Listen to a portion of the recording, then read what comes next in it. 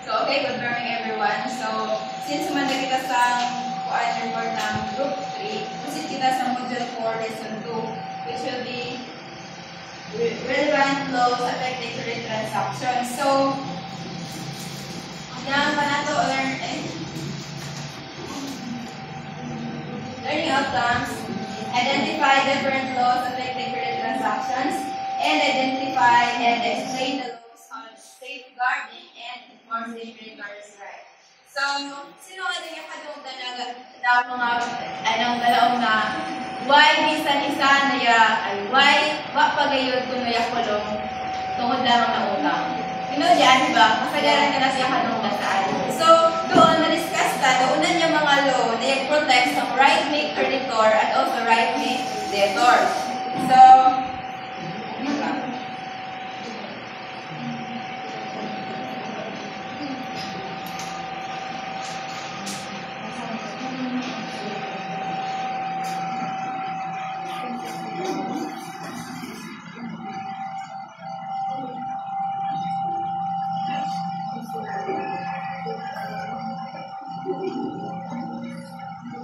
So what are the laws that governs the relationship between debtor and creditor, obligor and obligee, and other forms of credit transactions? Alisan Musod, the new civil code, specifically the following provisions.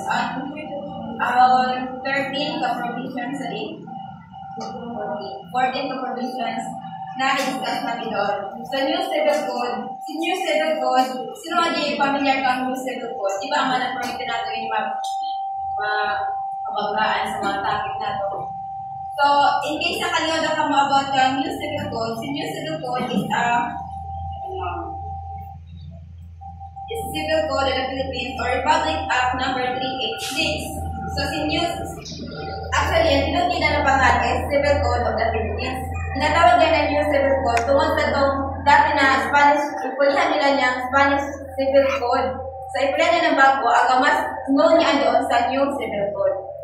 So, what are those provisions? First is Emancipation and Age of Majority, Article 397 to Article 406. So, the emancipation of age of maturity is the simple explanation of that it is part physically kung sino naman ang legally considered as adult and can fully enter into contracts. So, for example, if 17 ay 18 pa baba, ano ba yan?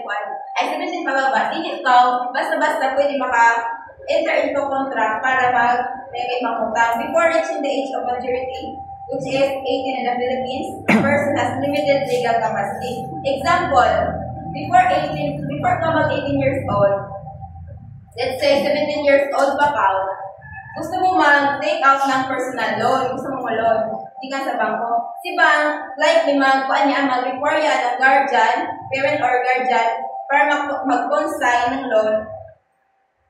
By being a minor, might not have the full legal capacity to be solely responsible for the debt. So, after mo baka ka man legally, legal, pwede mamusod sa contract, baka sa legal age para mamusod sa contract, need mo ng second consent para makasod sa isang contract. It might be, dili pa ka fully, baka makasabot na unang kay diyan, i-shoulder mo saan at mamutang ka, since dili pa ka, sa legal age. Next example, if after ka mag-18 years old, pwede na ka maka-enter sa loan agreement and other credit transaction without meeting a co-signer. So next provision is obligation and contracts. Article 1156 to 439. So karoon na kita ng discussion about the obligation and contracts nung kanato sa master days, nagkaroon kita ng subject na obligation and contract. So, makalalan ka na to on the idea about, makalalan ka na to on the idea ng obligation and contract. So, long back, Article 1156, kami ang definition ng obligation. Ano na yung pasitira? Define obligation as a legal duty to do or not to do something. So, si contract naman is Ami mahitabo kung kung yan two or more ka person is yung kasinabot na mag-fulfill or mag-comply ng isang obligation. So, credit transactions like loan and sales on credit are essentially types of contracts that create obligations. Example ng loan, kuha din sa obligation and contract. Because example ng loan, si Maria, mag-borrow yan ng 10,000 sa kan friend na si Ben. Hindi nga, ano na lang natin. Example, si Rochelle, mautang yan ng 10,000 kang Coco. So, yung sign na simple agreement na yung state na magbayadan ni Rochelle, yung 5%, bayadan ni Rochelle balik with 5% interest in 3 months. Sige yan na agreement nila, ang may itawag na contract. Tapos si Rochelle, ang obligation na bayadan yung principal plus interest. While si Pungpong, ang kanaan right na ma-receive yung payments. So kung magkaroon if si Rochelle fails to comply or fails to pay on time, magkaroon ng breach of contract. Next example is the installment purchase. So, kung mupalit ko ng isa ka motorcycle, agree ko na bayaran mo ito installment, karoon ka mo ng sales agreement, ang may itawag na contract, tapos yung palit, ang obligation na bayaran ng each installment at yung dealer ang obligation para i-deliver yung motorcycle and also on the right hand para ma-receive yung payments. Next provision is sales. Article 1458 to Article 1638. So yung hindi na article is yung i-cover na yung rules about some buying and selling ng isa ka product. So kung ipalit ko something on credit or yung utang ka gamit yung credit card or kuhaan ka ng installment plan, among ininalo yung appliance ng sales article 1458 to article 1638. Yung talk about sa obligation ni seller para mag-deliver ng item and also yung obligation ni buyer na bayadan niya price.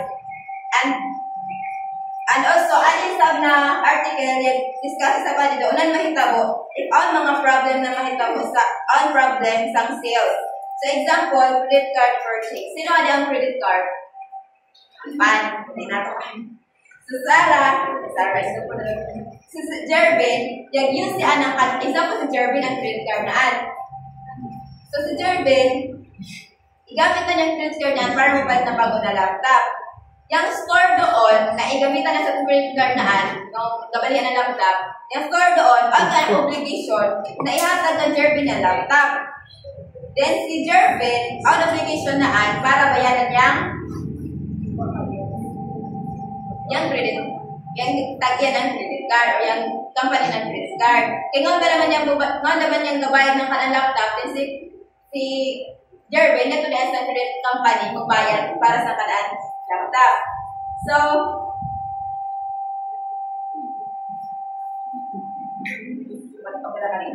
next example about sa sales is yung sales with chattel mortgage.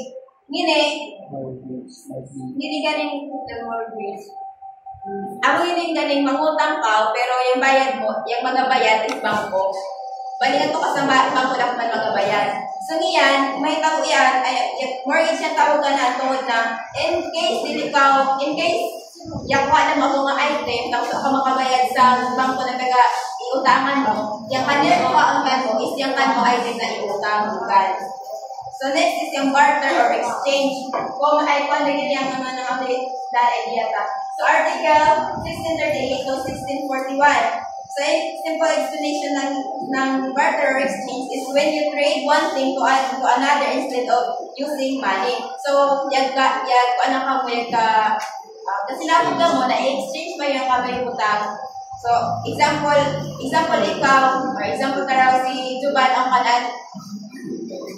kanaan bicycle, then si Robel ang kanaan car. So sinabot sila na mag-i-exchange sila ng kanilang mga butang. So it involves exchange of value where obligations are to deliver the agreed upon items. So dapat sa Juban, kung ano yan sa kanila ni istoryahan na sila nga is mag-exchange sila ng kanan item. So, ang kanaan obligation na ihatag kang Ruben, yung bicycle, at also si Ruben, ang isang obligation na ihatag kang Juban yung guitar. So, para ma-fulfill yung obligation. Next condition is lease. Una niyang lease. Kuan. Lease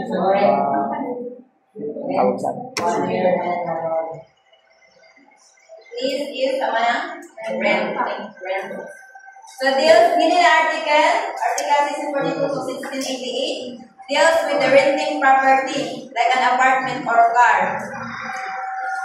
While not always thought as a credit transaction, it involves ongoing obligation to pay rent in exchange for the right to use the property. So, kung kalahuna-hunaon ng list is dili siya makalaog na credit apel sa manag-print na managyang mutang kao. Pero, it-involve ang gyapon ngini about sa obligation to pay. So, makonsider gyapon niya na credit transaction. So, yung list is magbayad ka example, bayad ka ng 1,000 in exchange na pwede mo hulyaan ang kanaan property. Tapos ang kamayo, nasa contract ka. So, example, if si AJ magbenta na isa ka apartment kang Roy,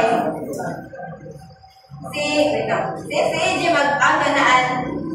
magbenta na apartment na Roy, si AJ ang obligation na bayadan si Roy. Bayadan ng monthly rent si Roy. Based ng kanyang contract. And also si Roy, ang obligation na ay i-allow si AJ na i-occupy ang kanyang apartment. If si AJ hindi makabayan ng kanyang rent, ang may itawag na breach of obligation. Nakasabot ka mo na list? Yes, mga mag-renta ka mo. Renta ng sa apartment. In exchange ng bayan. Exchange is bayan, renta, then pahuya-upa sa kanang apartment. Ganaan property. Next provision is partnership. Article 1767 to 1866. Hindi na article, i-covers na niya agreement ng two or more people.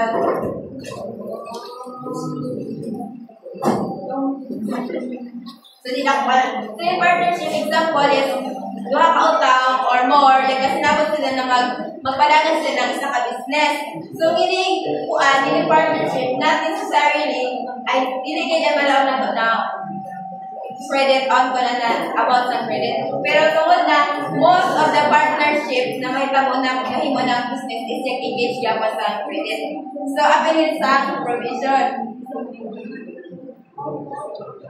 So, tungkol na, out nilang obligation. Yan ang bagian tungkol na ang kanang obligation. So, si partner, example, si James Kyle tapos si Paho, ang kanila business na gagawin sila na magtimo ng business. So, yan dyan partner na sila, hindi pwede na si AJ lang yan si James Kyle lang yan contribute para mahimpiyan na business. Kailangan ba yung out contribution both sides. So, example, nag-contribute si James Kyle ng 50,000, tapos si Paco naman is nag-contribute na ng equipment worth of 50,000. 50,000 na James Kyle, worth of equipment naman, 50,000 ka Paco. Their partnership agreement outlines their obligation regarding this contribution and how they will share profit and losses. If yung kanilang business na ipadaga needs ng kailangan pa ng malaig na kwarta, manang kuwang yan yung kanilang kwarta para maka-operate sila. So, hindi to magkasinabot sila na utang. Ano nila yung musulod yung credit transaction. So, sila, kailangan musulod sa agreement na sila duhayang mo shoulder sa to na utang. So, as ang discuss yan sa Article 1767 to 1866 about sa kanilang obligation and also sa kanilang contracts in terms of partnership. So, ang meaning ng mga law, and also ang pasal yung mga sumpay. Ma-discuss daw niya ng next reporter. So, does anyone have questions? Question. Question.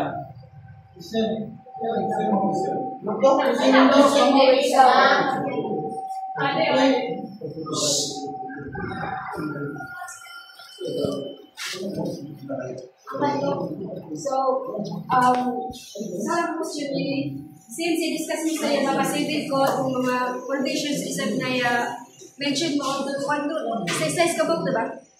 So, simple lang na answer is na diya po yun, or wala. What are the major importance of the civil code in the Philippines? Something brief lang. And Major importance now. major importance of civil code. Civil code in the Philippines.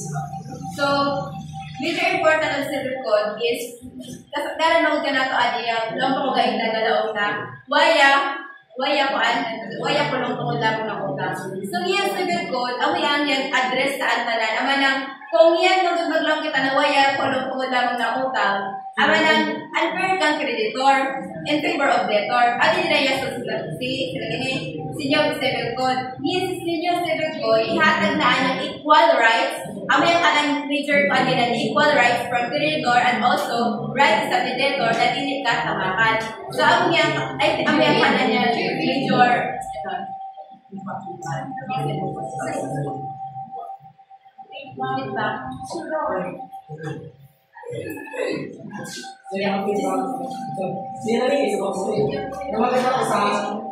PowerPoint mo, nine siya, tapos mabasa, yung